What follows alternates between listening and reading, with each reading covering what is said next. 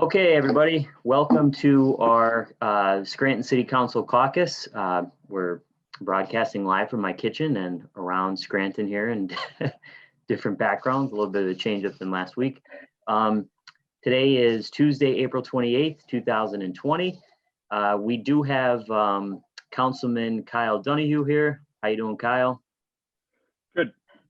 We have Councilman McAndrew. We have Dr. Rothchild. We are waiting on Councilman Schuster. And we have Lori Reed, Kathy Carrera, Solicitor Hayes, and we have Jeff Horvath from the Times here. Okay. All right. So Tom Schuster should be here any second. We're going to go ahead and get started.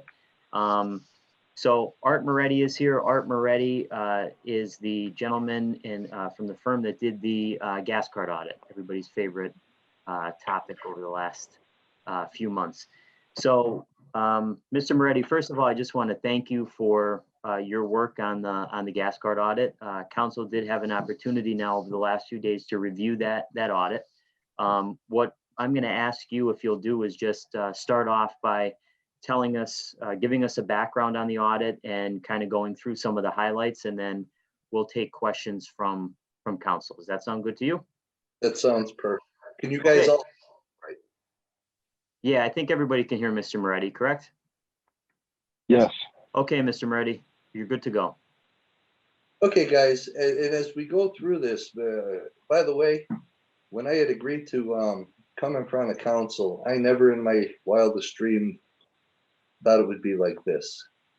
So I know there's a pause within Zoom, and at any point, feel free to overtalk and ask a question. But I was engaged to perform the gas usage audit in and around November of 2019, and there was a change of administration, as you guys well know, and so both the prior and the current administration were extremely very helpful in the process.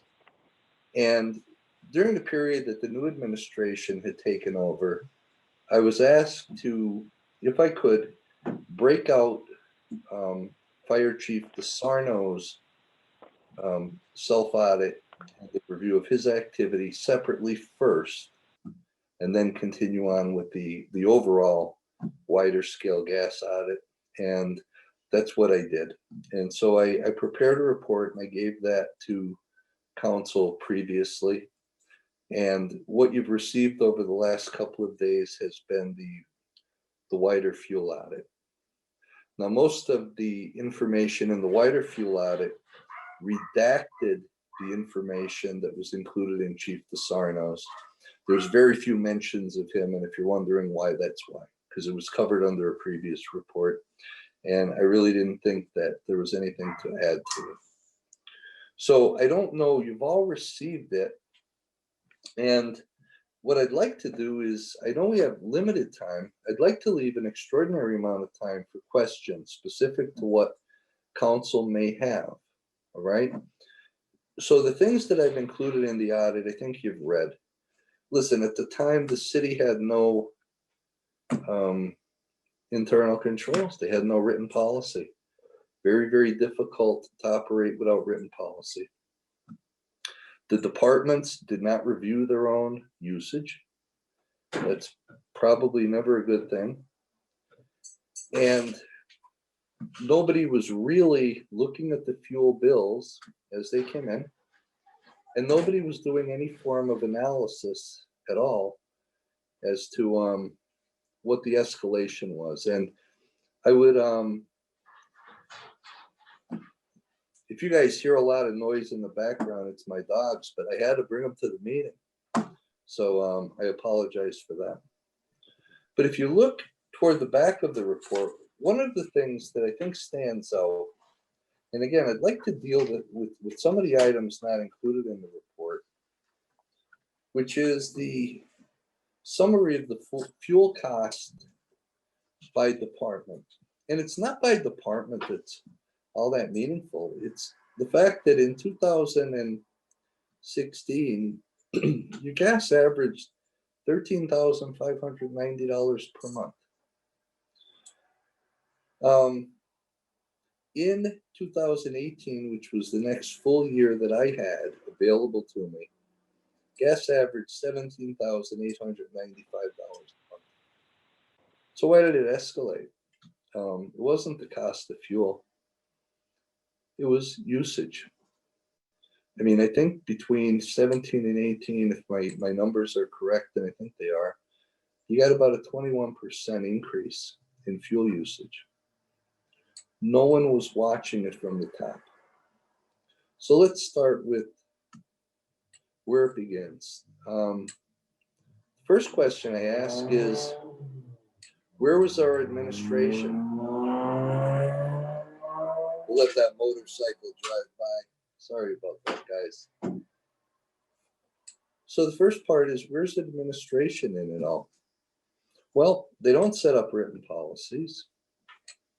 They're not looking at the bills as they come in.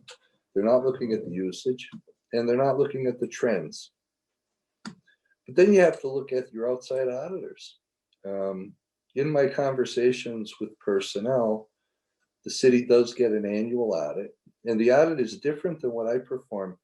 What I perform is limited to fuel usage, okay, and wherever it extends to. What the outside auditors do is they do analysis to make sure your financial statements are accurate in accordance with generally accepted accounting principles. And so the question is, part of what your outside auditors have to do is they have to review your internal controls. Even in the limited course of what I did, there were no internal controls at all over gas usage, which, as I stated to you earlier, annualized on average $15,000 to $20,000 per month. It's a pretty big number. They did not look at time cards or timesheets in conjunction with, how they worked. And, what happens is the city of Scranton uses what they call attendance controllers. And those controllers, for many of your exempt positions, take vacation time off of them, and they go to human resources, who then deducts it from their accrued time. That wasn't happening, at least as insofar as I found. So there's a couple of issues here. It's somewhat of a dumpster fire in regards to looking at it. No one's looking at the gestalt. Nobody's looking at the whole. So that's where it begins. When you look at your pooled vehicles, and Scranton has generally, they have a lot of vehicles. It's a big fleet. For the most part, gas cards were shared. Gas cards, PIN numbers were shared. There wasn't much going on from an internal control standpoint that Scranton could stand behind and say, hey, we're happy with this. This is the way that it should work. So as I looked at it, and I gave the usage to the various departments, the fire department, the DPW, the police department, there was an awful lot of unusual activity. However, you can't trace it back. Number one, the chief of police never received any information on his department. The fire chief never received any information on his department.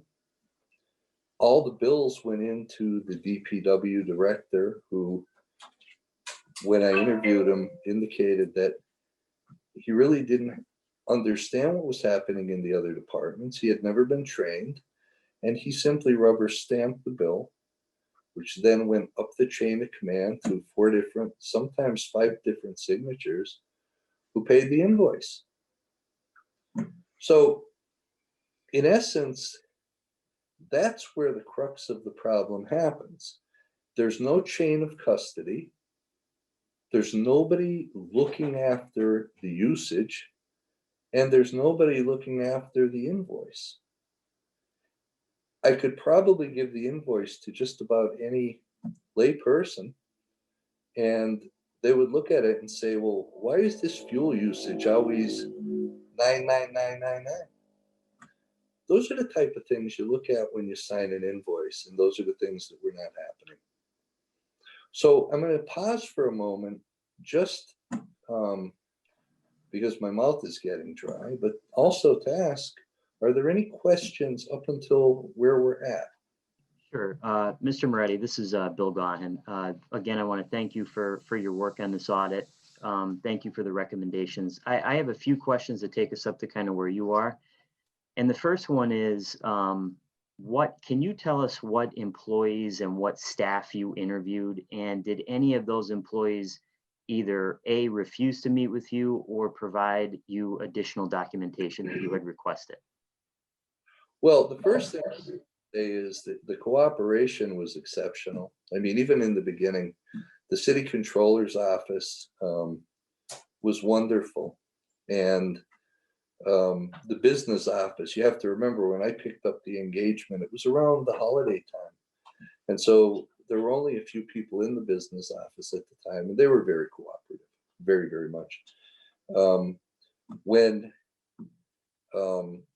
John Murray had taken over the controller office and Pat Sheridan became the business manager, they could not have been more, they could not have been better and more responsive in terms of the things that I needed. They set up interviews for me. There were a few key people I wanted to interview. Obviously, I couldn't interview Mayor Courtright, and that's understandable. And quite honestly, I don't know if I was able to, what I would ask him. Okay, I was able to interview acting fire chief Lucas at the time, DPW director Gallagher, and police chief Graziano. And I thought they were very, very forthcoming and very honest and very helpful. And so I limited it to that.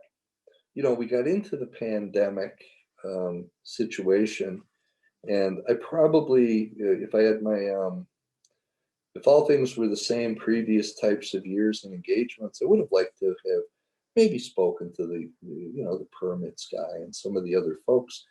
But at the end of it, in working with John Murray, felt it really wasn't relevant. It was more important to deliver the report. And I thought I had all the information I needed to complete the engagement. So those were the folks that I had interviewed. I had also worked with some of the subordinate staff in the controller's office and had spoken to them, and they were very, very helpful. The assistant controller at the time of transition, and I apologize, I can't remember her name, and I don't want to get it wrong by guessing, was extremely helpful. Mary Lynn Carey. Mary Lynn, yes. So there was enough people. I did speak to Mike Linnity. I'm trying to think of some of the other folks I spoke with along the way, but I thought I had spoken with enough of the individuals to get a really good sense as to what was happening.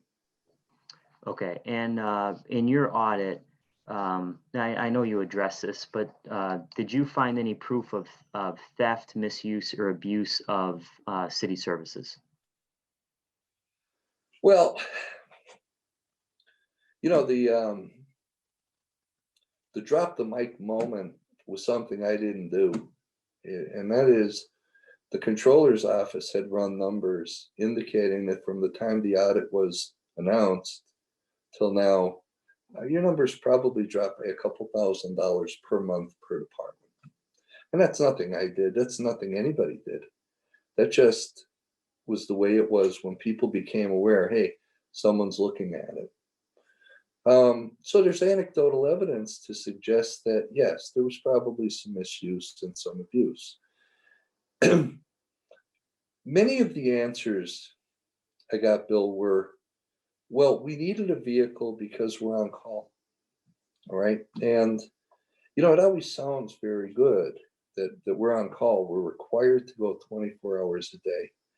But the truth of the matter is, many positions are on call 24 hours a day. In the environment we're in, and in even the environments that preceded the environment we're in, most physicians are on call. They cover ICU, they cover critical care units. Most nurses are on call. None of them receive vehicles. And I know, first question, well, these folks make a lot of money, so they're required to be on call. They don't deserve a vehicle. But, you know, residential counselors, direct support professionals who make about $20,000 per year, Keystone Community Services, most of your ARCs, many of your nursing homes, they're also on call. Somebody calls out, you're required to come in. So in looking at it like that, I thought one of the biggest faults, and it relates to the gas card, because remember, for every vehicle you receive a gas card, were the folks who were taking home vehicles. That was where I had my biggest problem of abuse. And the abuse related to, they had it, they paid no tax on it, there was not a taxable fringe benefit. And the answer to why they felt they were entitled to use the gas personally and otherwise was, well, we're always on call. You know, most of your physicians, most of your nurses, your direct support professionals, maintenance people, and I could go down the line on and on and on of people who are always on call. They don't get a vehicle and they don't get a gas card. It's built into their salary. And I think that at any point in time, people need to look at the reality of what we're dealing with here. You know, if you work for Google, you work for Facebook or Coca-Cola, and they decide to give you a vehicle and a gas card, well, none of us should complain. It's not up to us. It's a for-profit entity. This is municipal tax dollars that were essentially being given to people. And so when you say, was there misuse and abuse? I would say to you, yes. The first abuse is, why would somebody not be taxed on a personal vehicle? I mean, my goodness, you could use the vehicle for whatever you want. Forget about policy. The Internal Revenue Service Code requires you keep contemporaneous records on the difference between personal and business use. So unless somebody turned in something at the end of the year and said, hey, these are taxable wages to me, put it on my W-2, that's abuse. Now, could you explain, as I was going through the documentation that you had received and you had put into your report, one of the things that I noticed was that there were many instances where there was multiple purchases in multiple transactions in one day. So can you speak to that a little bit? Because the first thing that popped up into my mind was one of two things. Either, you know, this person is driving around the city a lot and maybe it is a legitimate expense, or is it possible that employees were using gas cards to fill up their own vehicles or other vehicles for people who weren't associated with the city? Why were there so many transactions in one day? You know, my guess, Bill, would be it was a culture without policy. Okay. There probably were some very legitimate circumstances where that happened. You know, you're working and you forget your gas card and you're on empty and you're down at a certain station and you call me up and you say, Art, can you fill me up? Okay. It happens. All right. It probably happens more than you would think. However, there is no guarantee that people did not fill their vehicles on the city of Scranton. How would you know? Every internal control was violated. I gave you a card, but you shared your PIN number with so many people. You had several gas cards that were kept at stations. They were called excess. And let's say I just needed to fill up. All I really needed to do was show my city ID, give a PIN number, which we all know. My goodness, if I asked you today, what's your PIN number on your personal bank account, Bill? Could you tell me? You'd say to me, Art, are you out of your mind? I'm not giving you my personal ID. Yet they did it all the time. And so everybody knew everybody else's PIN. In conclusion, for most of the activity, you would not be able to know whether it was the person or the actual vehicle that was filled. No documents were kept. If you look at any invoice, and I challenge you at some point, pull an invoice out and start a stopwatch and see how quick it takes you to figure out that the mileage being input, the double fills on a certain day stand out. I would say it would take probably no time at all, but it wasn't being done. So to come back to the question that you asked, in my opinion, there was substantial abuse. It was a dumpster fire, for lack of a better term. And again, I apologize for not having a better description, but nothing was being done right. Art, Mark McAndrew, how are you? I'm Some doing- of the multiple transactions were within 3 minutes. I mean, come on, Yes, 3 minutes. I'm sorry, that doesn't set well with me. it does I can't wrap my head around that. either. And those things are things that can be found out. But let's take Assistant Fire Chief Lucas for a second, okay? Let's take his activity. He had multiple transactions, okay? So he does it, and maybe he fills somebody else's car, as I explained, because you call up and say, hey, can you help me out? I forgot my card at home. We all forget ID badges. We all forget cards. Or maybe he fills his own vehicle. We don't know. But the culture was they shared cards. They shared ID numbers. So in his case, who the hell would tell him he's wrong? He has a boss, okay, the fire chief. The fire chief doesn't get a copy of his activity at any point in time. And so if I was him, or if I was any of the folks in a similar situation, my question would be, why would I think I was doing anything wrong? There's no policy that says I can't.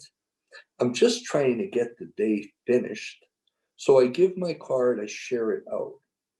But to come back to your original point, it stands out like a sore thumb when people do that. I mean, come on. Who fills 2 cars in 1 minute? And to come back to your point, let's say I'm working for you. I have a card and I have a vehicle, okay? And I decide, my buddy Joe, he could use a refill. So I tell him to meet me at the station and I fill it up. You'd never know. Your internal control systems were so weak, you would never know. So I hope that question. Mr. Moretti, on Fire Chief Lucas, I know today I had a question about his transactions, and I do want to note that, and maybe you can speak to this a little bit. He had sent counsel through our city clerk, Lori Reed, a number of items in terms of backup documentation explaining his activity that was in question.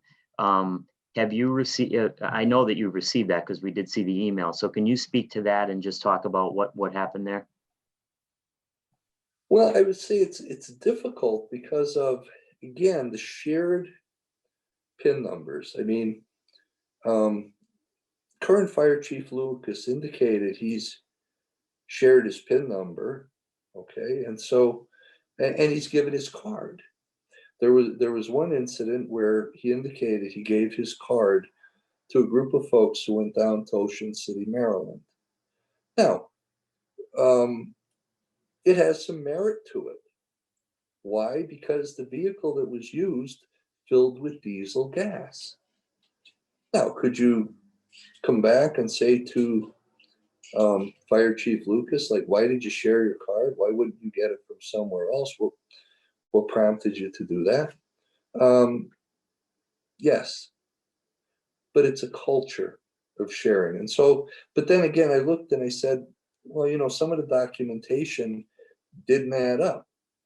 He gave me a calendar of, times where he was doing something, but some of the calendar dates didn't even come into when it was filled. Like, for instance, I want to say February 10th, 2016, there was a fill, but if you look at his calendar, there's nothing there.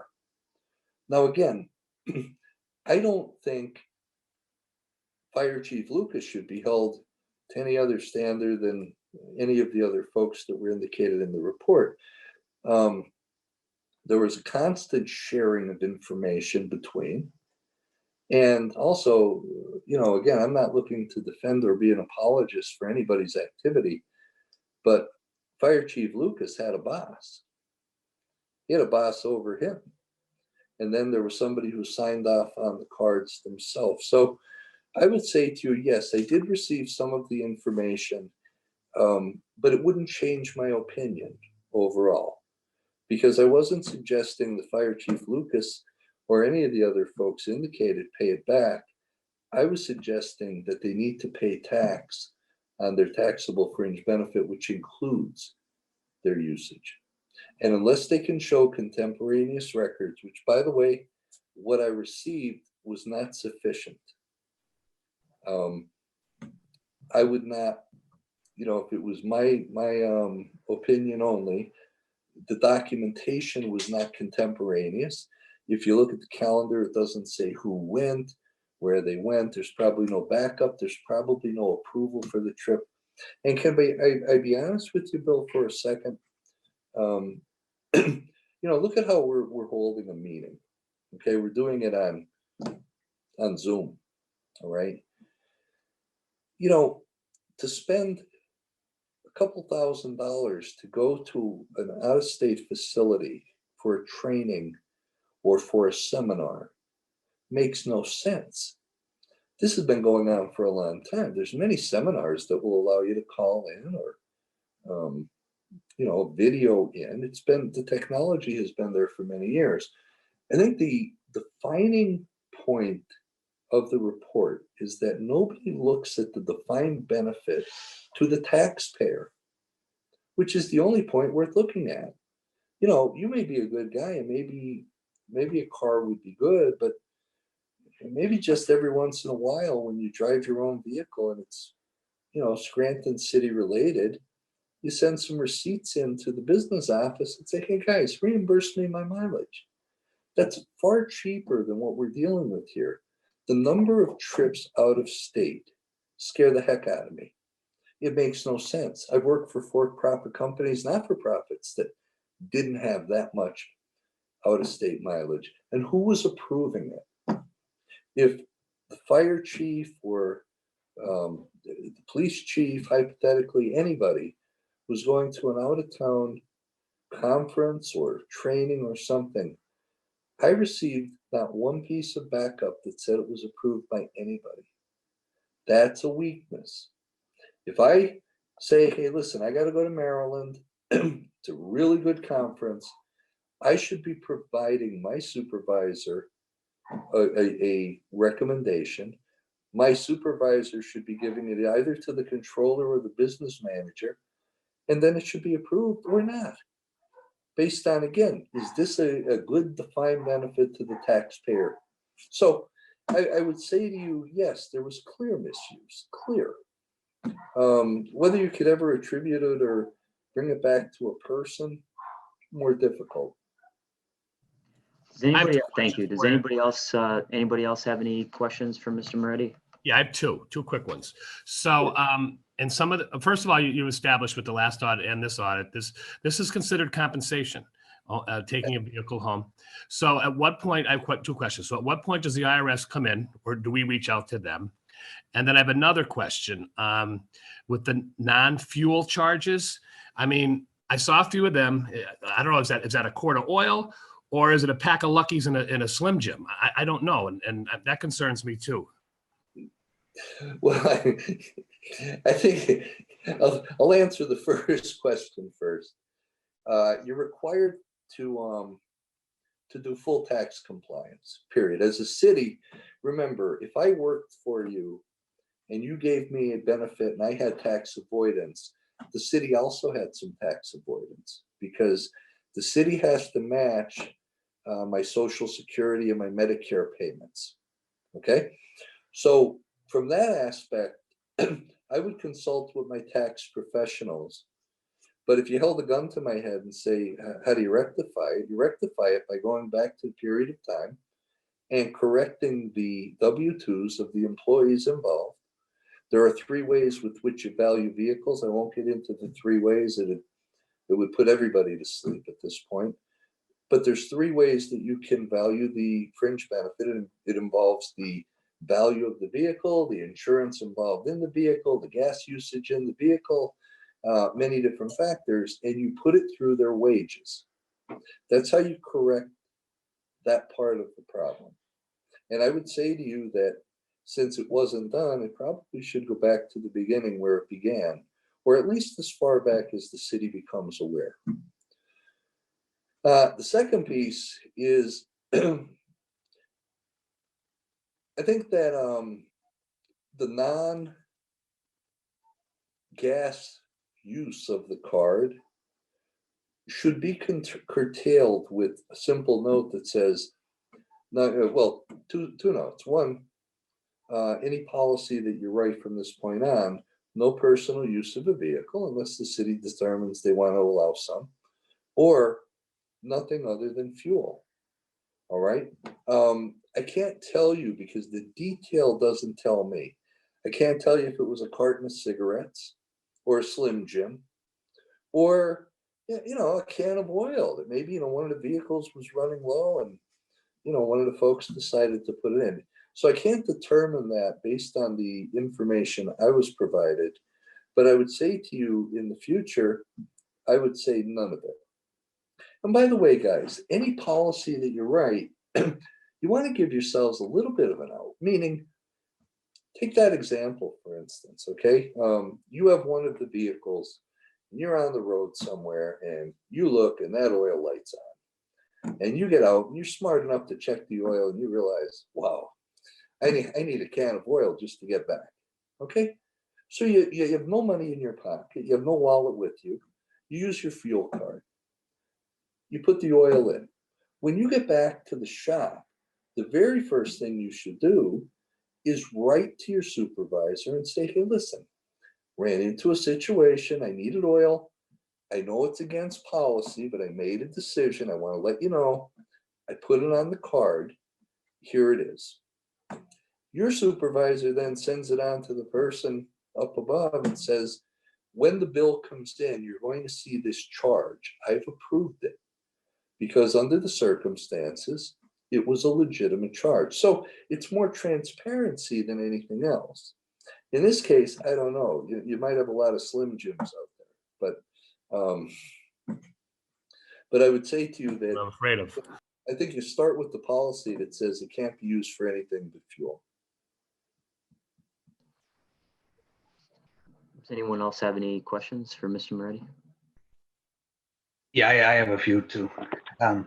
So the additional information that we got today from the fire chief, are you going to be doing any follow-up or any looking at that? I know you may have already answered this because you said your opinion wouldn't change on the topic, but will you be adding that to the report? I could if you want me to, but I don't know that it's significant. Remember,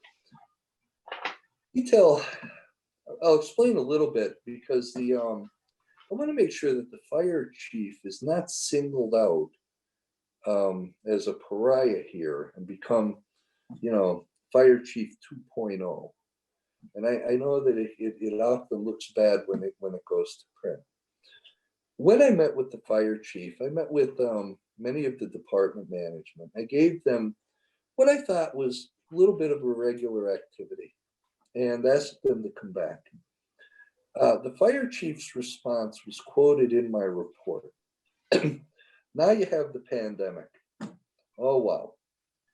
So now I want to call the fire chief up and ask some additional questions. However, my instincts tell me that he's dealing with things that are a little bit more important at the time.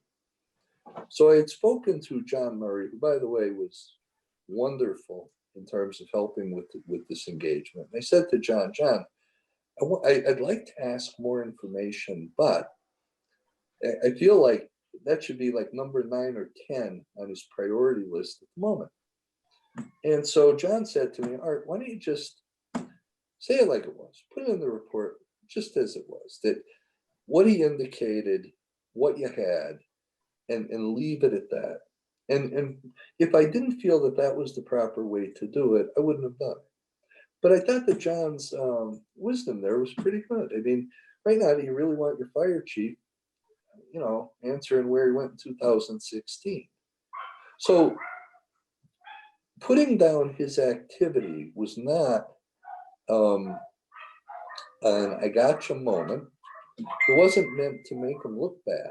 It was simply what it was. The facts are what they were. Now, do I believe that they were anybody else's card? I'm skeptical. I don't believe. I think they were his activity. But do I believe he may have had additional information to be able to provide? Without a doubt. And do I believe that he lent his card out? Yes, I have no doubt. If just the trip to Maryland alone, if you look, it's a diesel vehicle. He didn't have a diesel vehicle, so why is he filling a diesel vehicle in Maryland? Do you understand what I'm saying? Oh, yeah, yeah. Will you, other than turning in this report, are you going to be meeting with the administration to go over a corrective action plan, or is that in their hands at this point? It's in their hands. It's really weird right now. I mean, I don't even know what meeting means anymore. I mean, I have spoken to Patrick Sheridan. I have spoken to John Murray, who both, by the way, I think are very competent people. I think you're lucky to have them. But I think as we go along, council has to realize that what we've talked about tonight is really, I don't know, it's surface activity. The problems run a little bit deeper, and it's going to take a long time to change the culture. I think if you expect those gentlemen or the mayor to fix this by the 15th of May, you'll be disappointed.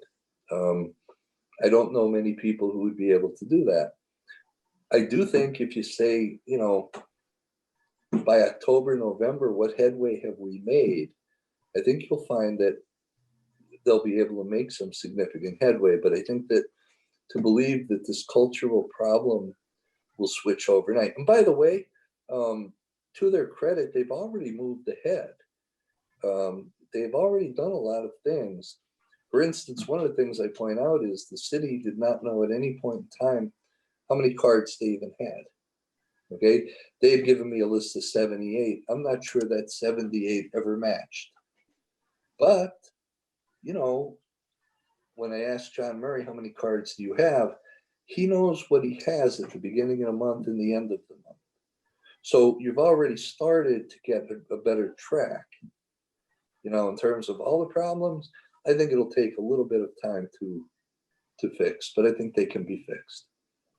And I think you were going where I was going next with this. Was there any department that was running more efficient than any others, or was there any department that was, going through a process that was correct? It was funny because it was the department I thought would be the least together, that being the police department. And, that's an initial assumption when you run through your risk assessment. What I found out was Police Chief Graziano was actually, even in absence of an administrative policy, using one of his own. And it was from 2001, wasn't bad. He kept contemporaneous records that I felt were good. Could he answer every single question? No, but the ones that he couldn't provide documentation for, in my opinion, were immaterial. And so I would say to you that I thought that the police department was, I thought the records kept, and I thought the fact that Chief Graziano created his own internal policy absence one of administrative was impressive. I did not expect it. And it was tested.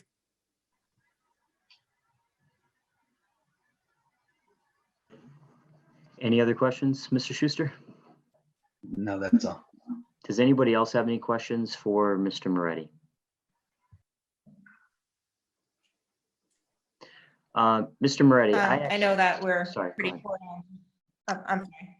Actually, I know that we're pretty short on Dr. time. We're No, Dr. Rothchild, not to interrupt you. One thing I was going to say, because I have a couple more, Yeah. maybe 3 or 4 more questions. So you could ask your question, but what I'm going to do is, Mr. Moretti, if you don't mind, I'd like to start our regular meeting.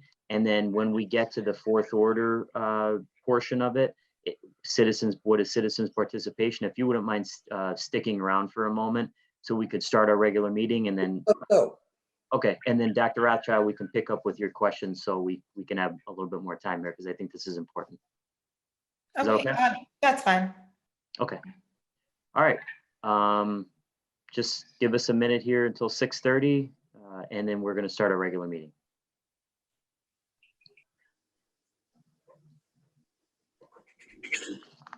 Okay, it is 6:30. I'd like to call this public meeting to order. I'd like everyone to please stand for the Pledge of Allegiance. I pledge allegiance to the flag of the United States of America and to the republic for which it stands, one nation, under God, indivisible, with liberty and justice for all. I'd like everyone to please remain standing for a moment of silent reflection for our servicemen and women throughout the world and for all those who have passed away in our community. Let us also take a special moment of silence tonight for people in our community throughout the world who are suffering or who have passed away from the coronavirus. Let us think about them and their families at this time, that they may find peace. Let us think now about the doctors, the nurses, the researchers, and all medical professionals and first responders who seek to heal and help those affected and who put themselves at risk in the process. May they find protection and peace. Whether we are home or abroad, surrounded by many people suffering from this illness or only a few, let us stick together, endure together, mourn together, persist and prepare together, and in place of our anxiety, let us continue to hope and find peace.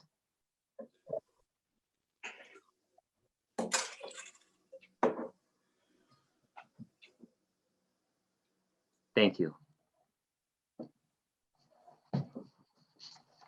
Ms. Carrera, roll call, please.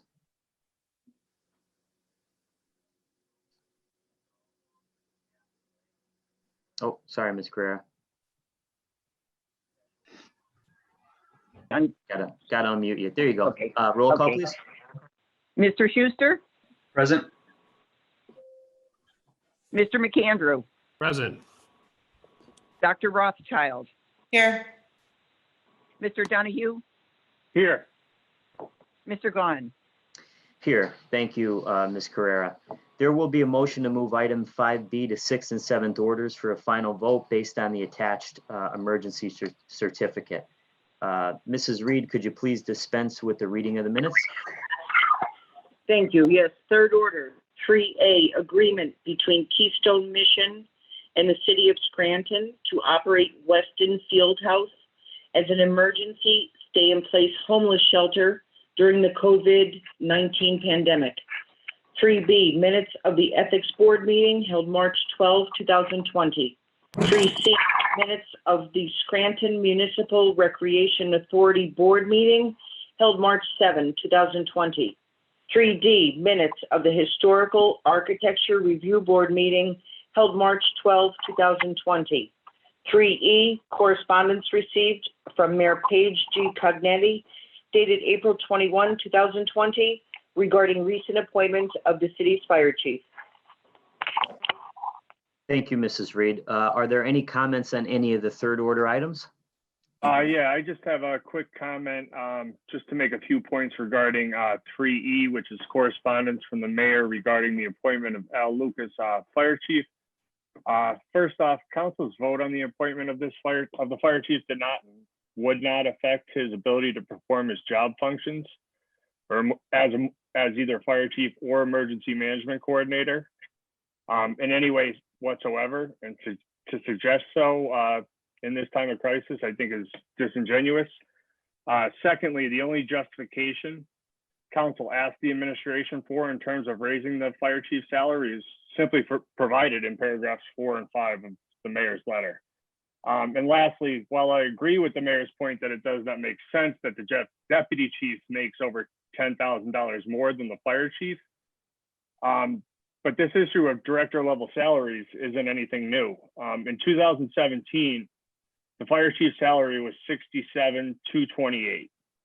So the city has made significant progress in raising the fire chief's salary. My main issue is that I do not believe the administration went about addressing this issue in the right way.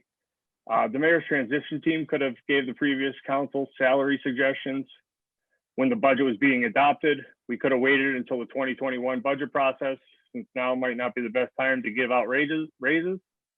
Or the administration could have simply come to council, justified their position, and council could have considered legislation amending the 2020 budget. I know I, as well as the rest of this council, is more than willing to work with the mayor to get through the difficult times we do have ahead. But being a rubber stamper, I don't think is working together. Working together requires building consensus, and I look forward to working with the mayor moving forward to address the issues that we have forthcoming. That's all I have. Anyone else on the question? So also, I was going to give a response to 3E as well. And I'd just like to say that the correspondence today from the mayor, I think it addressed the original request from council. And it, put in writing how those funds were to be allocated. Thank you. Thank you. Anyone else on the question? Or not on the question, I'm sorry. Any other comments for the third order items? No? Okay. If not, received and filed. Do any council members have any announcements at this time? I have a quick one. It's not an announcement, it's aftermath. Last Sunday, the FOP and the Scranton Police Department, I announced it last week, but they did a free pasta dinner on Sunday, which was great. My understanding, it was a huge success, and it's tough during these times. So I just want to thank the ladies and gents that were involved with that. That's all I have. Thank you. Any other announcements? Yes, I have two announcements.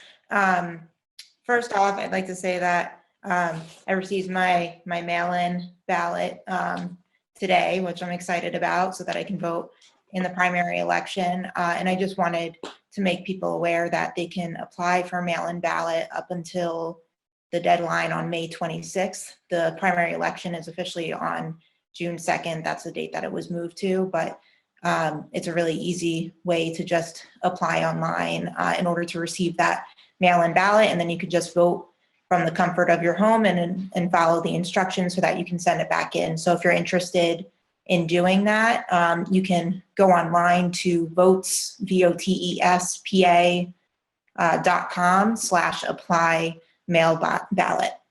So want to make people aware of that. And the other thing that I felt was important to announce, that I know more and more people are using the parks with the weather starting to become nice, and so many people just being home and needing to get out, which is understandable, and they are there to be used. My wife and I, we live just a couple of blocks from Naog Park, so we use that park pretty frequently. And I know that the Recreational Authority Board is working to address this issue, but there has been an increase in the amount of litter. I see it all around when we're walking, and you can bring a bag with you and pick it up, but it's easier if people just don't litter and pick it up themselves and clean up after themselves when they are utilizing the parks. We should not be seeing gloves and disposable masks on the ground. That's a hazard in this time where we're trying to control the virus from being spread. People should be extra conscious of cleaning up those items. And I've also heard that people are not cleaning up after their dogs as much as they should be. And as a dog owner who always makes sure to carry extra bags, that's just a really courteous thing to do. So I'd appreciate that if people who are utilizing the parks are just reminded to clean up after themselves. Thank you. Thank you. Anyone else? Just my weekly reminder that if you haven't filled out your census form, to please do so. You can do so online at my2020census.gov. Thank you. I just have one. Late this afternoon, I received an email from the mayor that the mayor and her administration are extending the emergency declaration due to the coronavirus pandemic until May 15th. I did not receive a copy of the actual declaration. I think that was going to be sent to Lori soon, and then we'll put it in third order on our agenda for next week. Also, as I've been mentioning the last few weeks, if anybody would like to comment on any agenda items or any city business, you can, members of the public can send those comments in writing to our city clerk, Lori Reed, by emailing lreed@scrantonpa.gov. Council will accept public comment until the day of our meeting, Tuesday at 4:30 p.m. Public comment is reviewed by the council prior to our meeting and is placed on the official record and in the minutes of our meetings. Council's agenda is being posted for public review the Friday before our Tuesday meeting, and our agenda and our minutes can be accessed by going to www.scrantonpa.gov and clicking on the City Council page. Also, I want to note that Mr. Moretti's audit, the gas card audit, is located for public inspection on the City Council's page. There's a link to it. There was not enough time to put it on our agenda tonight in third order.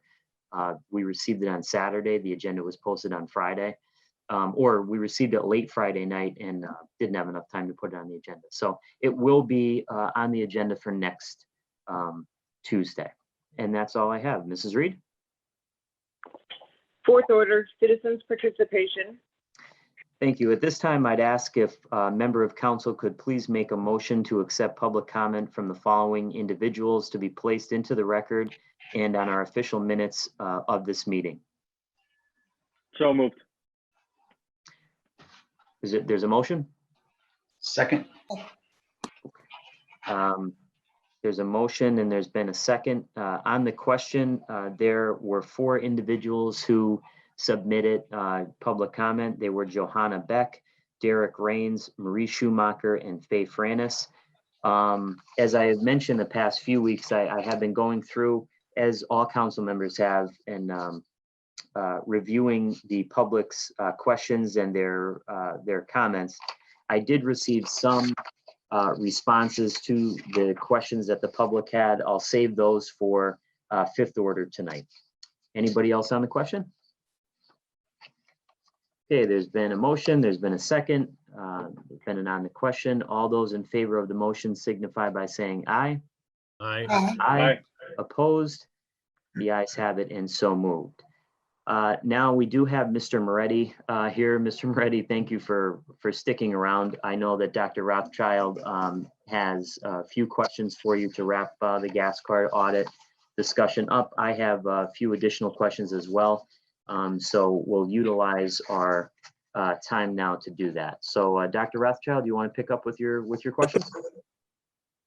Sure. It was more of a comment, but I wanted to thank Mr. Moretti and his hard work in putting together this audit and being very thorough with it. We do appreciate the information. It seemed like my understanding of the audit and what Mr. Moretti explained is that it's difficult to hold any particular people accountable because it just happened. And this problem occurred so widely with misuse of the gas cards. So I am still like a little unclear on what we do in terms of taxes and how we get that money back if that's something that we were to proceed with. But other than that, I think I'm not surprised by what was in the audit based on the information we had previously. Okay, thank you. I would also like to just thank Mr. Moretti for the job he did.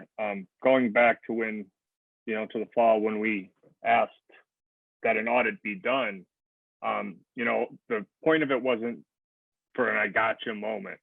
It was to better develop policies going forward so that we wouldn't get into that situation again. And I think this is a good, pretty solid blueprint on where to begin moving forward and developing a policy.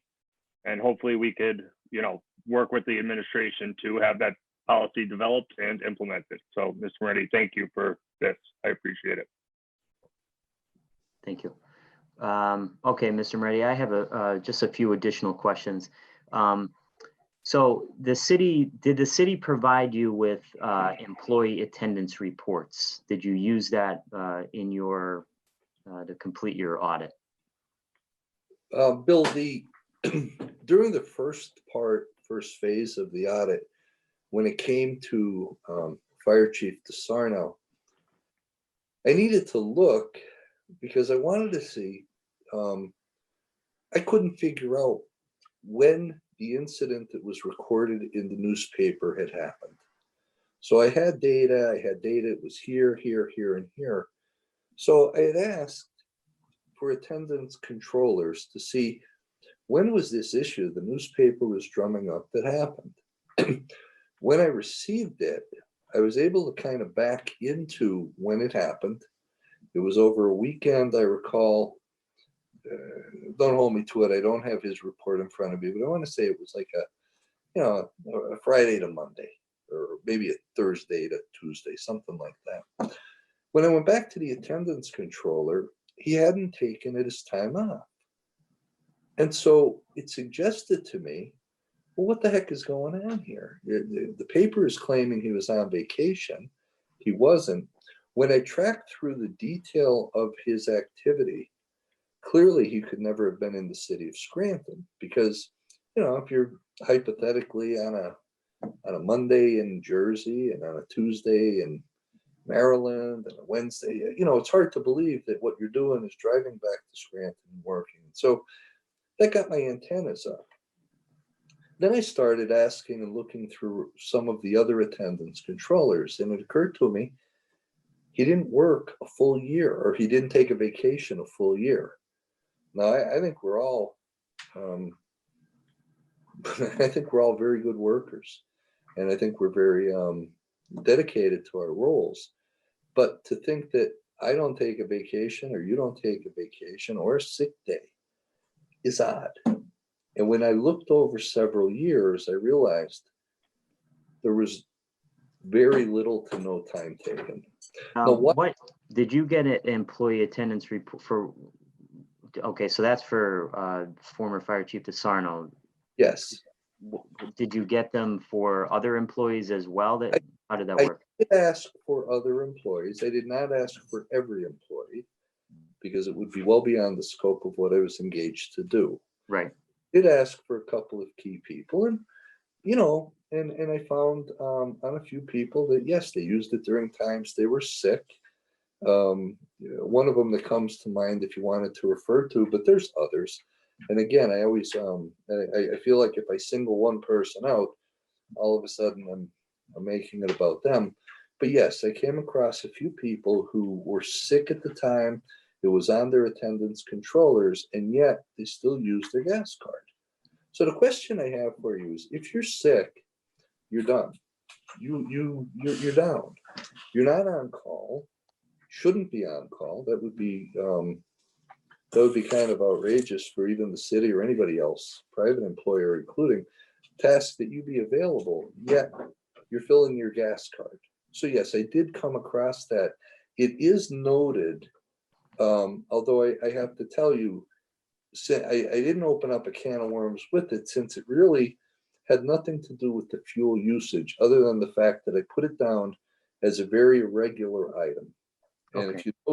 if you go through the detail of the people that I did look at, and I looked at your biggies. I looked at the mayor, by the way, keeps absolutely no records, which surprises me because You mean what, the Mayor Courtright, correct?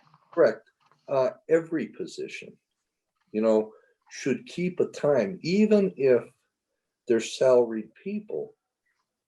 They should keep time, because when it goes to your payroll department, how do they deduct it from their accrued benefit time? Yeah, But I noticed that in your report, and not to go off on a tangent here, because I realize that it's beyond the scope, but that is something that I think is this now the second part of this that really should be looked into, because that's a major concern. You know, certain employees, when they leave employment and they're done with their employment with the city, they many times get paid out for that unused time. that's Um, right, because they get paid that time out. mhm. And if they're not entitled to it, what is the city paying for? Right.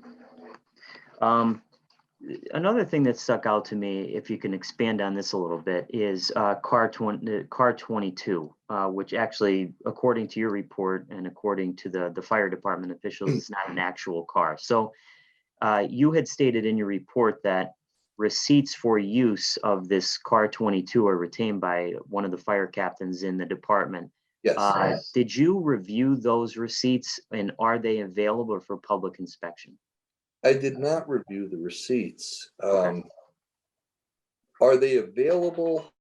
I I don't mean, do know. they exist, I guess? Do you know if they Well, exist? say to you, probably they'll be sketchy because they're several years back. And again, in all due respect to a fire captain, his primary role is not a bookkeeper, keeping receipts. What I was concerned about was that he had access to both the card and the receipts.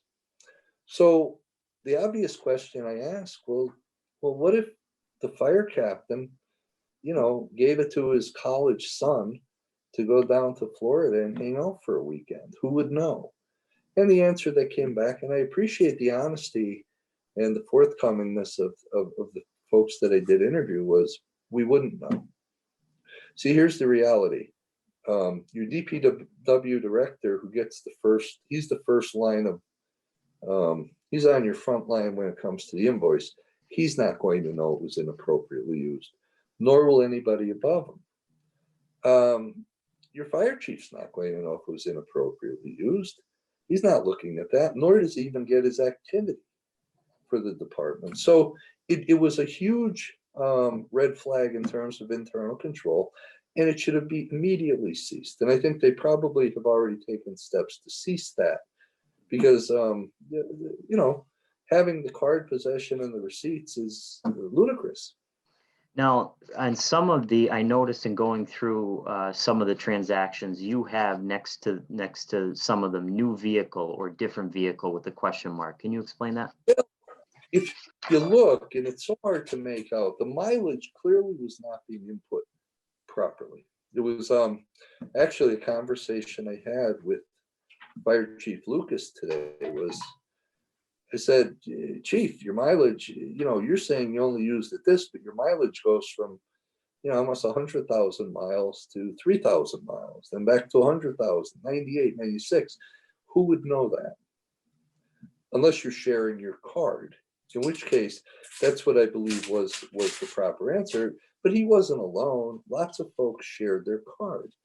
But here's the thing. If I'm looking at an invoice, okay, if you're looking at an invoice, and the first thing you open up to is mileage, and you look 99999 00000 99999, you are immediately going to go, whoa, I got to ask a couple of questions. What Mhm. are they doing this right? Am I missing something? Am I looking at it wrong? I put new car in because those were my notes as to whether there was a question of, is this a new vehicle? But if you look at the reports that I did, if you go down just the mileage line, you're going to wonder to yourself, this is one card. What the hell is happening? You can't go from 90,000 miles to 200 miles to 3,000 miles. And that's, I think, where the one of the concerns was that doesn't take a lot to look at. Maybe you look at and you don't know every car, every department. When you see the mileage listed, you could take a 12-year-old and they probably could look at that and in about 2 minutes say, hey, something's wrong here. Right. Can I rewind back a little bit to car 22? So you just established, and I had this question in caucus. I never got to ask it, so I'm glad we brought it up. So car 22 is not a car; it's a card. Yes. That what just got passed around to anybody, and No. nobody looking at like. Well, I think in fairness, they thought they were actually controlling it pretty well by giving it to the fire captain. Because it doesn't get passed to everybody, but the fire captain has possession. Now, let's say you're a new recruit. Okay, you have to go for a training somewhere.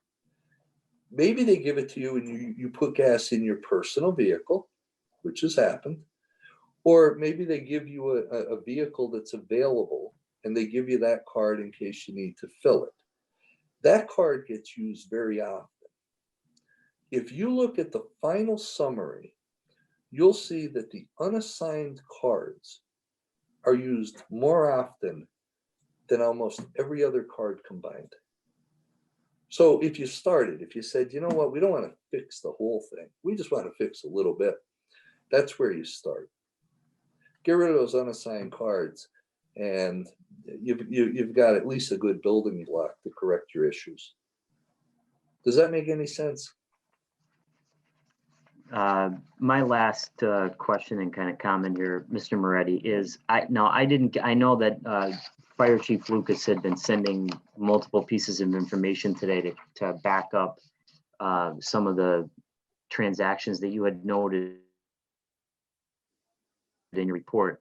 I haven't had a chance to go through all of them because we just got them today, but I would appreciate if you could go back and amend your report to include that only for just in terms of just fairness, because when I first read that report and I saw, I forget what the one line in there was, it did raise a red flag because it does say in there that, you know, he didn't provide any other documentation to kind of back up some of the items that were on there. So if you wouldn't mind doing that, I think, and only because this is going to go into the official record, and I would like that to be included, if you don't mind.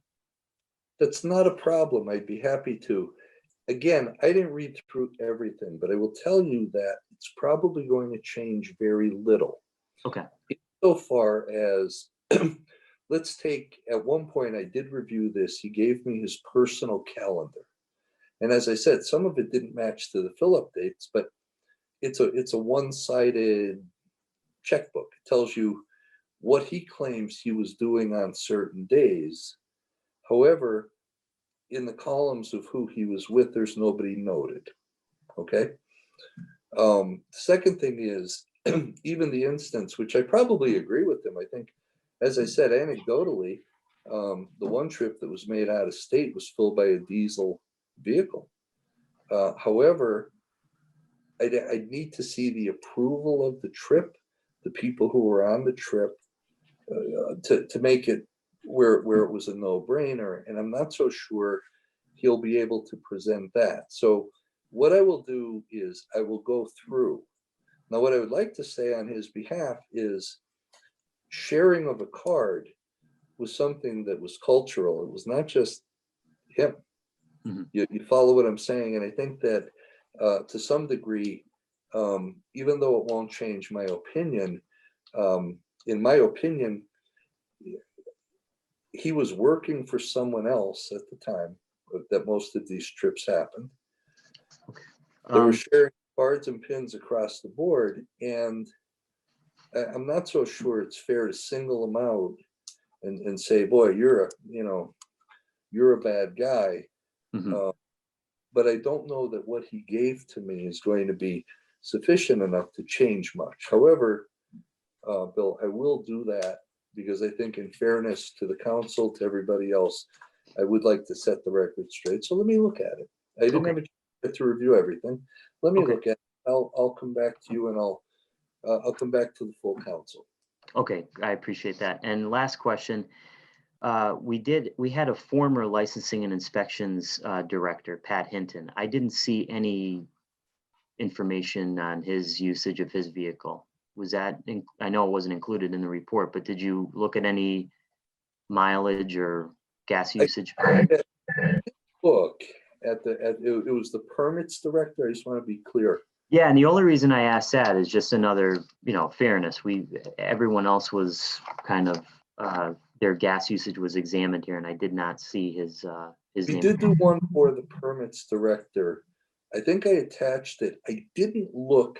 When I look at the card, and I look at the vehicle, and I look at the position. Okay, Okay, I could have missed that too. Maybe it was in there and I just missed it. Oh, how about this? In the interest of time, since I'm already going to review Fire Chief Lucas and the stuff that he sent this afternoon, let me take a look for you. And if need be, I'll find where he left. Do you know what year he left and where the new person picked up? Oh, you know what? I apologize. It is actually in here. Although it says, I'll have to go back and look. Maybe that's my mistake. I think he left 2019, I want to say, at some point. Okay, so he probably left after the scope of what I did. No, actually, so I'm seeing that you have here Tom Oleski, the deputy director, but I don't see anything for Pat Hinton. Okay. Let me take a look, and as I said, I'll give you an update on Pat Hinton as well. Okay, great. I don't have any other questions, Mr. Moretti. I want to thank you for sticking around and taking time out. Does anybody else have any comments or questions? You know what? I had one more. It was, I think it was stated that the individual in question said that the card wasn't his, or he didn't make those purchases, and it seemed to cover a gap in time of about a year. Were we able to identify what was occurring there? It was funny. Let me tell you my instincts, and then let me tell you reality, and see whether you can draw your conclusion accordingly. My instincts tell me it's very hard to do. Okay, for you to use my card, I'd have to give you physical possession of the card and my PIN number, and that sounds unreasonable, right? Who the heck does that? If you want, you can give me your PIN for your bank account, and you're never going to do that. Nobody does that. But in this environment, the way it was culturally, and the fact that the chief was his boss. If I'm your boss, and I ask you, can I have your card and your PIN? I need it. Or if I take over your vehicle and you leave your card in the vehicle, and I say to you, hey, I got your card, I don't need a new one, can I get your PIN? I guess what my thing is that you can't rule anything out. It's not conclusive. And because of the abundance of sharing of pins and cards, I didn't want to surmise a conclusion, but my intuition tells me that that's probably not realistic. That probably for you to be using my PIN and my card doesn't sound right in most cases. I don't know if I'm being clear. Mm-hmm. Okay, thank you. Any other questions from anyone? All right, Mr. Moretti, I want to thank you again so much. Stay safe, stay healthy, and again, we appreciate your time. Thank you. I appreciate it. Thank you. Bye-bye. Bye-bye now. Mrs. Reed, fifth order, please. Thank you. Fifth order, excuse me, 5A motions. Thank you. Councilman Schuster, do you have any motions or comments tonight?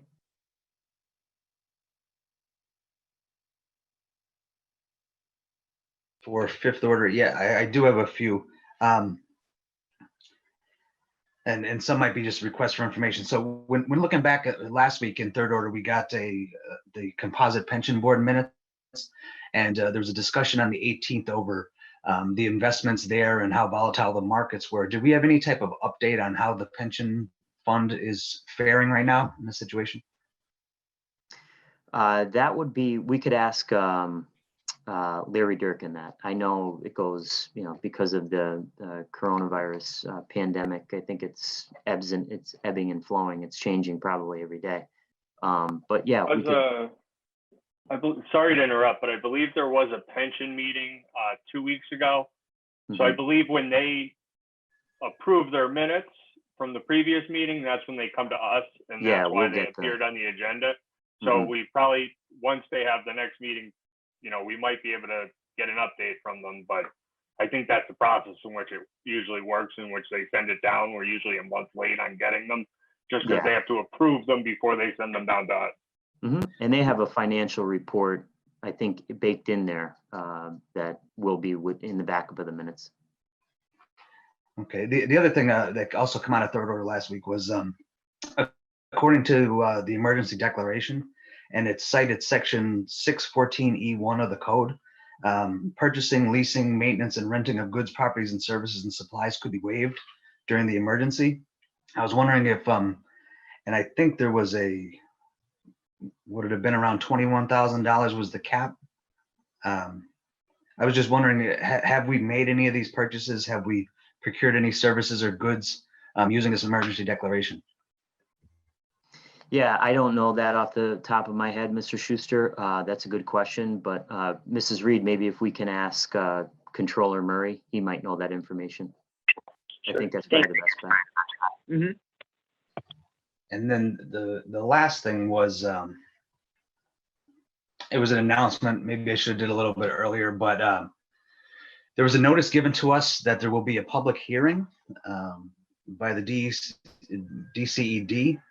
It's going to be advertised in the paper tomorrow per Sunshine, and it says that there's a notice hereby given that the Commonwealth of Pennsylvania Department of Community and Economic Development has scheduled a public hearing to receive testimony presented on behalf of the city of Scranton, Lackawanna County, Pennsylvania, with respect to the recommendation of Act 47, to consider whether the city's Act 47 determination pursuant to the Municipalities Financial Recovery Act of 87.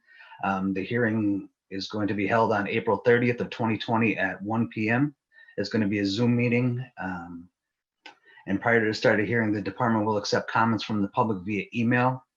And let's see what the email is.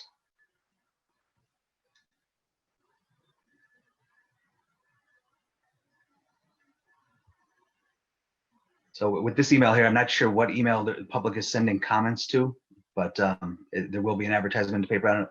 Does anyone else have that email or where public comment can be sent? I don't have it. I was actually going to make that announcement in fifth order as well. I don't have that email in front of me. I think you're right. It will be in the newspaper tomorrow. I was notified, I believe Friday of last week, that as council president, they're requesting me to make public comment on the city's situation in Act 47. Then I don't believe that we were provided enough notice. I mean, I literally found out about this last week, which I think is so unprofessional, that the council president and the council was not given enough notice, Mr. Schuster. But I think I'm required to give comment. And then, of course, if any other council member would like to comment, you can do so as well. I can't make the actual meeting because I'll be at work and I have to teach that day. So I'll probably provide my comments in writing. All right, yeah, sorry for jumping the gun on that. I didn't want to. Oh, that's okay. Yeah, I didn't want to miss it tonight, but yeah, I was also going to say, like, I think the administration as well as council would like DCED to give us a little bit more time, but. Yeah, I talked to the mayor, Councilman Schuster, last week, and she was, even caught off guard a little bit in terms of not having enough time to, not having enough notice. So thank you for bringing that up. Anything else, Mr. Schuster? No, that's all at this time. No? Okay, great. Thank you. Councilman McAndrew, do you have any motions or comments? Yes, I do, a couple. So after last week's executive session with the Upberg firm, we found out that the acting HR director, even though we don't believe that she was part of the scope of the contract or the bidding process or part of it, but we learned that she was getting $89 an hour. I mean, I don't know any HR director from 100 miles any direction making that. So I would like Mrs. Reed, if she would do me a favor and reach out to John Murray and ask how many hours a day does she work? How many hours has she worked since she's been appointed the acting HR director? Also, the gas card audit, very disturbing. I'm sure we all agree. I want to thank Mr. Moretti for providing us with some more information today and answering our questions. But what's next? I hope the administration takes a look at this. And I know after the last audit with regards to Chief DeSarno, it was like, well, we're going to move forward. And I know we are. And I know we're going to change some procedures and create policy, which is fantastic. But, you can't justify something right when it's done wrong. So I hope administration takes a better look at this. I'm going to take a better look at it. And it's unfortunate that the taxpayers will probably not know the magnitude of this audit until a year from now. So we can do a comparison. It might be shocking. So I just hope, I know the new parameters will be put in place, but I hope this is looked at by administration a little deeper than, and we get a chance to maybe have some more dialogue on this. That is all I have. Thank you. Thank you, Councilman McAndrew. Dr. Rothchild, do you have any motions or comments? No motions or comments at this time. Thank you. Thank you, Dr. Rothchild. Councilman Donahue, do you have any motions or comments at this time? I have nothing at this time. Thank you. Okay, great. Thank you. Just a few things I wanted to go over here tonight. First of all, we received a question from a member of the public regarding costs associated with the acquisition and rehabilitation of the Sorrenti Center. I had asked, I don't know, maybe 2 years ago or a year ago for a breakdown of the costs.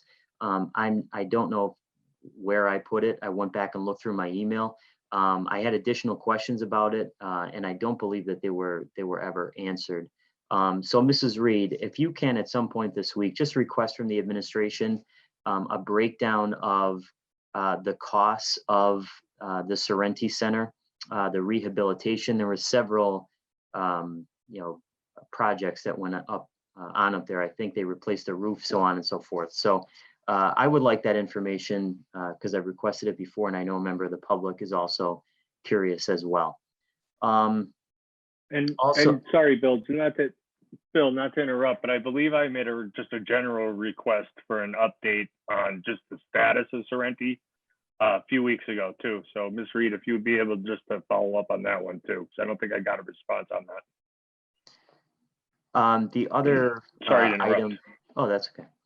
The other item was the status of the contract with Northeast Revenue Services. I did send a note to Solicitor Hayes to touch base with Solicitor Eskra, just to update the council on what the plan is moving forward in terms of, either, I believe it was to get out of the contract with NRS, and I think we're approaching the exit clause in the contract. So I would like an update on that. I also received a call this afternoon about the blighted condition of the 900 block of Quincy Avenue. The resident who called me, gave several examples of some of the issues up in the 900 block there. I've been to that block on a number of occasions myself over the last few years. It is severely blighted and there's several issues. So Mrs. Reed, if you could please send a note to Mr. Oleski asking him when the department is at full strength again. I realize that we're in the middle of a crisis here, but when they are at full strength and they are able, if they could just keep an eye on that block and maybe do a run through and look out for any violations. We did receive a response, which I appreciate, from the administration regarding the number of employees who were furloughed due to the COVID-19 pandemic, and it now stands at 43 employees, and they also did provide a breakdown by department.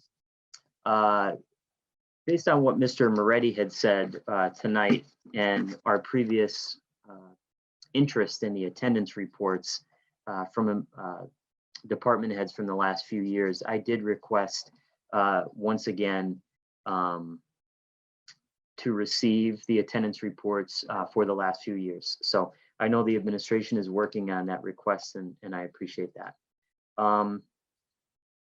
In terms of public comment, so there's a few things, questions that the public had asked that I want to address here for a minute. Let me see. So there was one question about, does overtime affect the pensions? Overtime does not affect pension payments. Fire and police pensions are calculated on base pay and longevity. Non-uniform is a set amount depending on years of service, and overtime is not part of either uniform or non-uniform pensions. There was also several questions posed about stormwater management and the stormwater management plan. I did reach out to Don King, our city planner. He responded, just to give us a general update, that Hubert, Rowland, and Grubik, who was the company that the city had contracted with a few years ago to complete a report on stormwater management within the city and to help the city with our pollution reduction plan. He reported that they did complete a draft of our required pollution reduction plan. It is actually located on the City of Scranton's website under the licensing and inspections department portion of the webpage. The city actually advertised it for public comment, and they had it scheduled for public comment at a planning commission meeting on March 25th. Mr. King provided me with that agenda as well. That meeting never happened, of course, due to the coronavirus pandemic.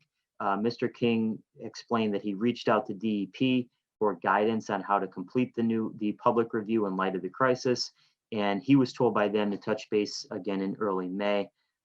He was checking with Hubert, Rowland, and Grubik on the operations end of the study, and he was going to get back with us on that. So that's a general update on the stormwater management end of things.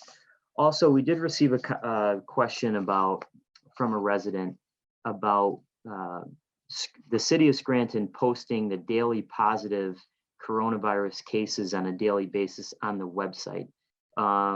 This woman explained that she thought that that was important information that residents of Scranton should be aware of.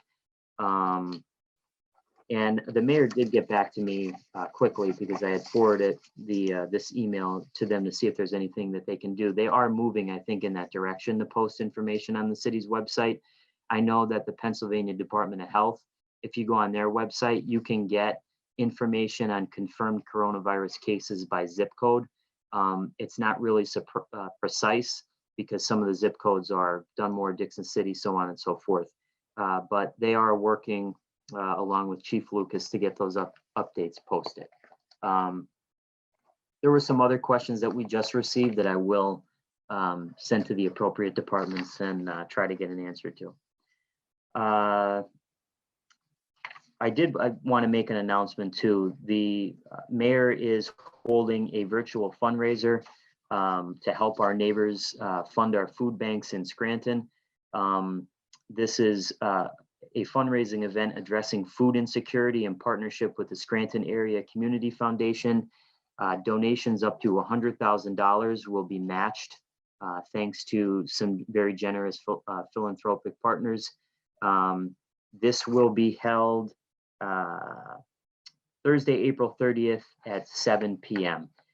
Donations will be accepted from 12 p.m. Thursday, April 30th to 12 p.m. Friday, May 1st at safdn.orf/heart-of-Scranton, or you can mail a check to Scranton Area Community Foundation at 615 Jefferson Ave, Suite 102, Scranton, PA 18510. So that's for a good cause. And finally, just to touch on the gas card audit, I want to thank Mr. Moretti for coming in this afternoon to present the gas card audit and take questions from council. I want to point out a few things here. Number one, if City Council back in the summer of 2019 had never pushed for an audit, many of these issues would never have been brought to light.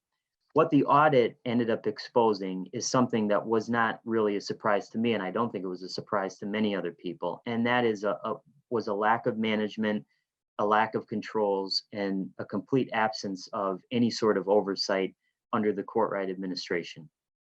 To me, when I read through it, it exposed really a downright disregard for the taxpayers of our city.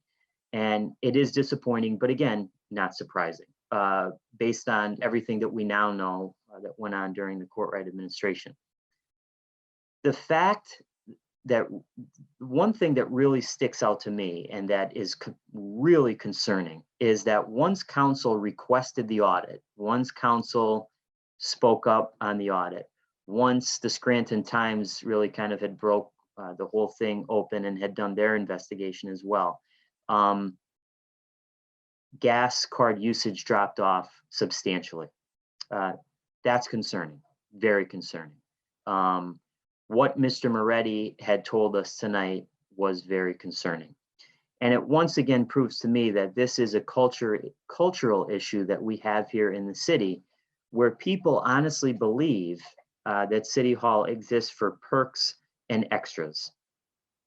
Taking city vehicles on vacation to the shore, sharing PIN numbers, handing out gas cards like they're candy.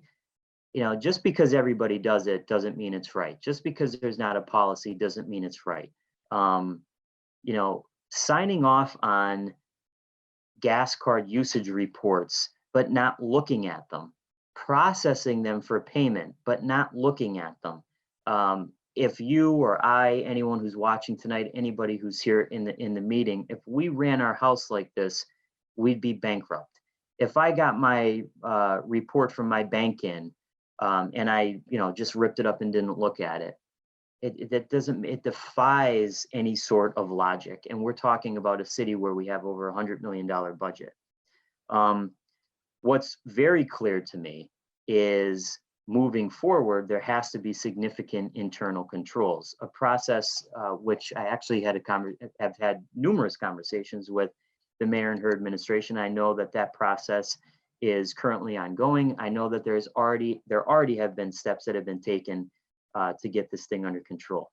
What I do think that the administration should do, and what I would recommend, is now take the time to test all internal controls, even outside of the gas card usage.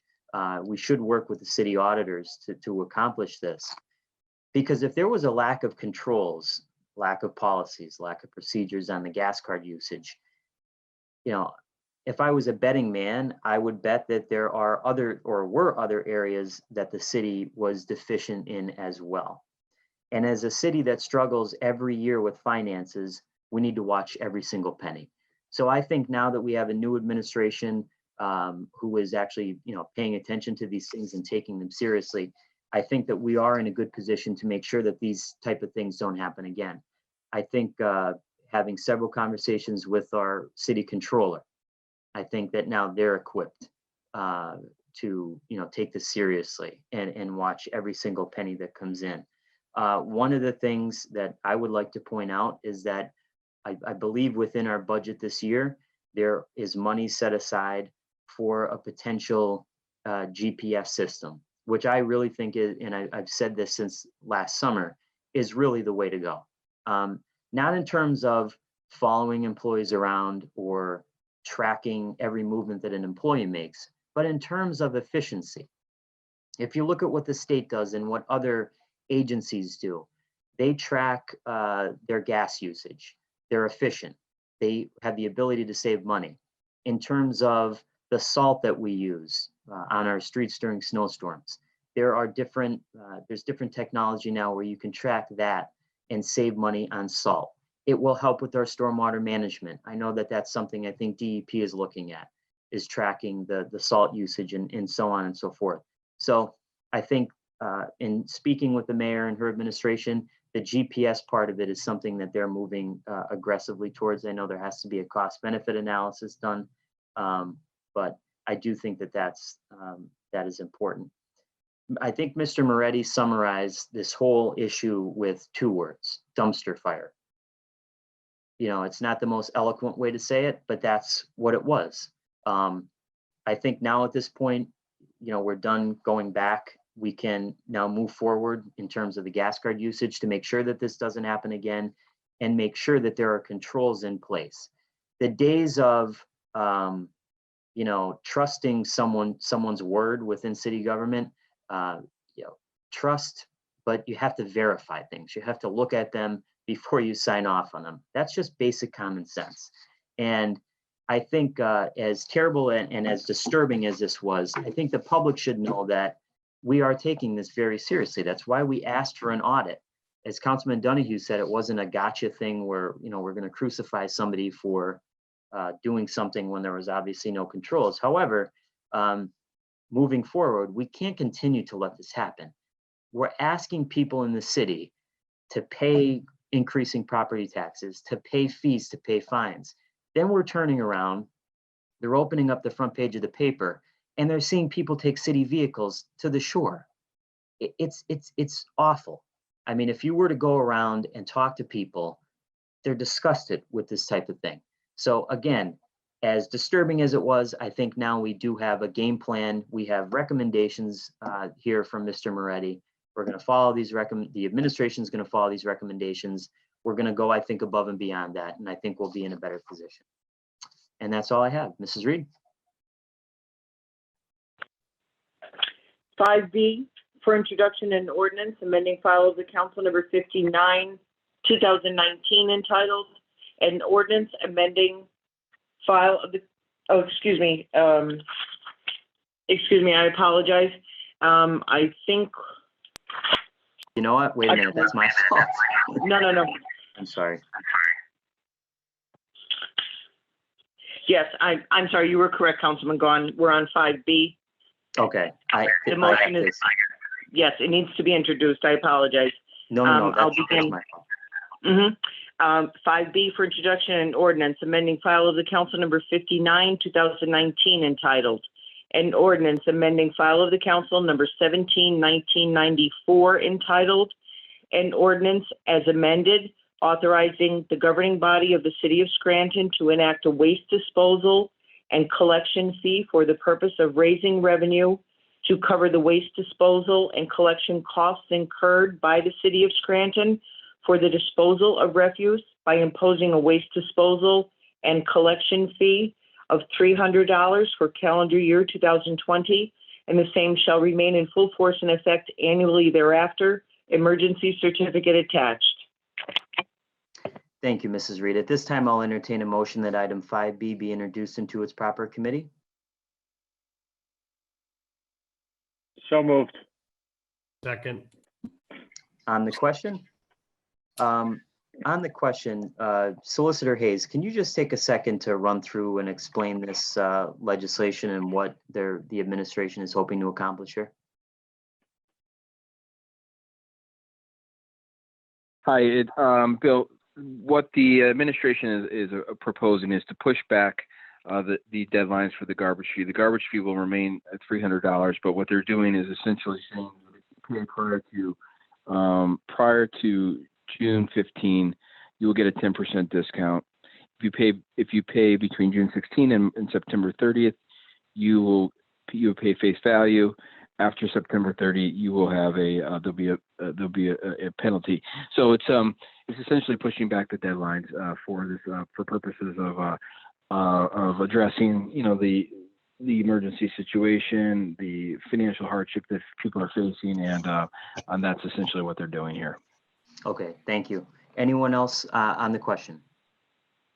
Yes, on the question, I'd just like to say, I know that since I've been on council, we didn't really have time to address the fee, and that this is something that's been discussed for quite a while, and there's some confusion, and we thought that it was going to change this year and be lowered and put into the property taxes. Obviously, that's not what we're doing, but I do hope that with the following year that this could be addressed, and that we could discuss more what we should do regarding the garbage fee, because I don't feel that it should stay the way that it is. Thank you. Anyone else on the question? Okay. All those in favor of introduction signify by saying aye. Aye. Aye. Aye. Opposed? The ayes have it, and so moved. Councilman Donahue? I'd like to make a motion to suspend the rules to move item 5B to 6th and 7th orders based on the attached emergency certificate. Second. Okay, there's been a second on the question. All those in favor signify by saying aye. Aye. Aye. Aye. Opposed? The ayes have it and so moved. Mrs. Reed? Sixth order, 6A, formerly 5B, reading by title, file of the council number 6, 2020. An ordinance amending file of the council number 59, 2019, entitled. An ordinance amending file of the council number 17, 1994, entitled. An ordinance as amended, authorizing the governing body of the city of Scranton to enact a waste disposal and collection fee for the purpose of raising revenue to cover the waste disposal and collection costs incurred by the city of Scranton for the disposal of refuse by imposing a waste disposal and collection fee of $300 for calendar year 2020, and the same shall remain in full force and effect annually thereafter. Emergency certificate attached. Thank you, Mrs. Reed. You've heard reading by title of item 6A. What is your pleasure? Mr. Chairman, I move that item 6A pass reading by title. Second. On the question? All those in favor signify by saying aye. Aye. Opposed? The ayes have it and so moved. Mrs. Reed? Seventh order, 7A, formerly 6A, for consideration by the Committee on Finance for adoption, file of the council number 6, 2020, amending file of the council number 59, 2019, entitled, an ordinance amending file of the council number 17, 1994, entitled, an ordinance as amended, authorizing the governing body of the city of Scranton to enact a waste disposal and collection fee for the purpose of raising revenue to cover the waste disposal and collection costs incurred by the city of Scranton for the disposal of refuse by imposing a waste disposal and collection fee of $300 for calendar year 2020, and the same shall remain in full force and effect annually thereafter. Emergency certificate attached. Thank you, Mrs. Reed. As chairperson for the Committee on Rules, I recommend final passage of item 7A. Second. On the question? Ms. Carrera, roll call, please. Mr. Schuster, Yes. Mr. McAndrew, Yes. Dr. Rothchild, Yes. Mr. Donahue, Yes. Mr. Gaughan. Yes, I hereby declare item 7A legally and lawfully adopted. If there's no further business at this time, I'll entertain a motion to adjourn. Motion to adjourn. Thank you. This meeting is adjourned. Stay safe, stay healthy, and we'll see everybody next week. Thank you. You too, guys. Bye-bye. Bye-bye.